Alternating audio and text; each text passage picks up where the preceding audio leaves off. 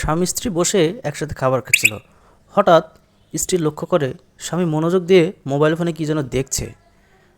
তখন স্ত্রী মাথাটা বাড়িয়ে ভালো করে খেয়াল করে দেখে তার স্বামী মোবাইল ফোনে একটি সুন্দর মেয়ের ছবি দেখছিল। এটা দেখে স্ত্রী তো রেগে একদম খুন।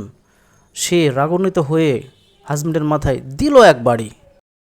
তারপর সে চেয়ারে বসে খাবারটাকে তার কাছে টেনে নিয়ে নিজের মনে একা একাই খেতে শুরু করলো। সে খাচ্ছিল। এই সময় হঠাৎ করে দরজায় টক টক টক টক শব্দ হতে শুরু করলো। অর্থাৎ দরজার বাইরে কে যেন দাঁড়িয়ে আছে। সে খাওয়া ছেড়ে উঠে গেল এবং সে দরজা খুলে দেখলো সেই মেয়েটি, অর্থাৎ যে মেয়েটির ছবি তার হাজব্যান্ড দেখছিল সেই মেয়েটি দরজার সামনে দাঁড়িয়ে আছে। এটা দেখে সে তো রেগে মেগে একদম আগুন। তারপর সে মেয়েটাকে ভিতরে ঢুকিয়ে নিল। ভিতরে ঢুকিয়ে নিয়ে মেয়েটাকে শাসাতে শুরু করলো। সে হাতের একটি চামচ নিয়ে তাকে ভয় দেখাতে শুরু করলো এবং তার পরিচয় জানতে চাইল। মেয়েটি তো ভয়ে একদম শেষ। মেয়েটি তাকে বলে, আপনার হাজব্যান্ডের সাথে আমার কোনো অবৈধ সম্পর্ক নেই।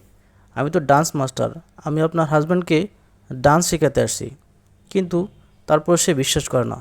সে তখন রেগে তার আইডি কার্ড দেখাতে বলে। তখন সে ডান্স মাস্টার তার আইডি কার্ড বের করে দেখায়।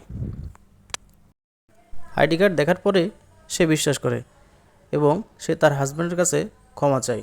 হাজব্যান্ডের হাত ধরে মীমাংসা করে নেয়।